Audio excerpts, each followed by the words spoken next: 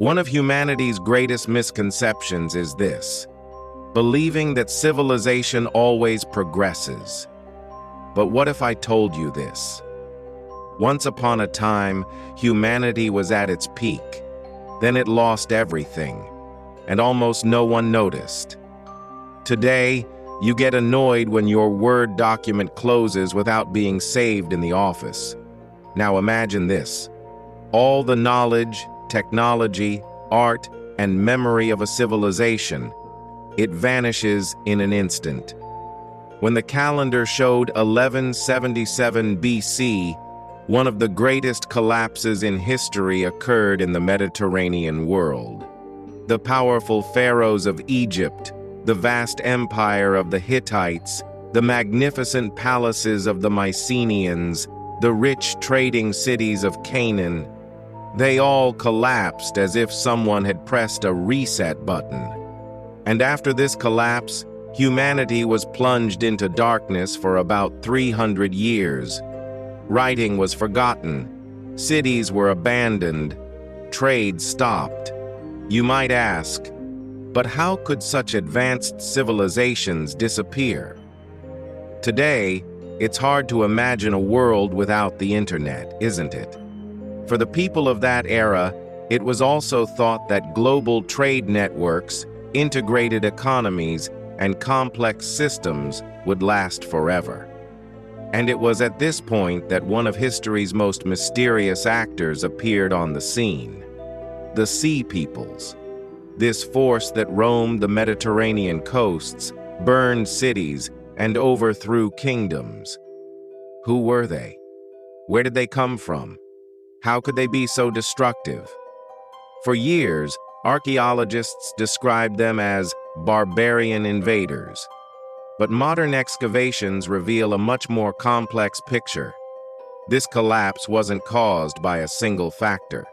Global climate change, prolonged droughts, diseases, refugee movements, internal rebellions, palace intrigues, and yes, even in 1200 BC, there was a supply chain, and that chain was broken. Egyptian Pharaoh III Ramses had the following inscribed on the temple walls: "No nation could withstand their attacks. The world was ablaze from all sides." This man was depicting a catastrophic scenario not as an Instagram story, but by carving it into stone. And the well-known legend of Troy is added to this picture. The wooden horse, Helen, Odysseus's wit. A beautiful story. But archaeology says this: the city of Troy was destroyed and rebuilt at least 7 times. What we call the Trojan War in history was most likely only a part of the Sea People's attacks. The Hollywood version embellished the truth. Look at the Hittite Empire, a superpower that controlled much of present-day Turkey, equal in power to Egypt. It was suddenly wiped from history. The capital Hattusa was abandoned. People fled to the mountains. And for 400 years, almost no major structures were built in the region. Back then, economic crisis meant this: tin isn't coming from Afghanistan. You can't produce bronze.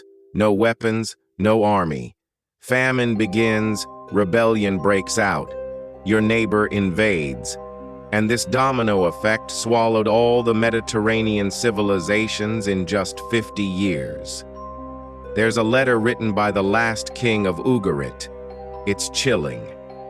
Enemy ships set the city on fire. My father, all the soldiers are in Hittite territory.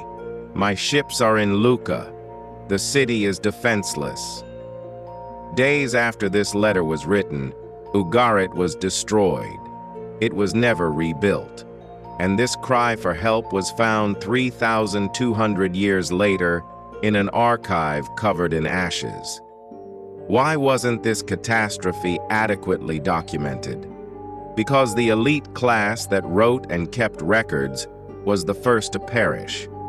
Imagine today that Google's servers suddenly crash. No backup. A large portion of humanity's digital information is lost. Future generations will not understand us. That's exactly what happened during the Bronze Age. The result, the Dark Ages. For 300 years, there were almost no written documents. The population decreased dramatically, cities emptied, technology regressed.